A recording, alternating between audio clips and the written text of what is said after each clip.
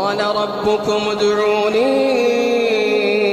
أستجب لكم إن الذين يستكبرون عن عبادتي سيدخلون جهنم داخرين الله الذي جعل لكم الليل لتسكنوا فيه والنهار مبصرا إن الله لذو فضل على الناس ولكن أكثر الناس لا يشكرون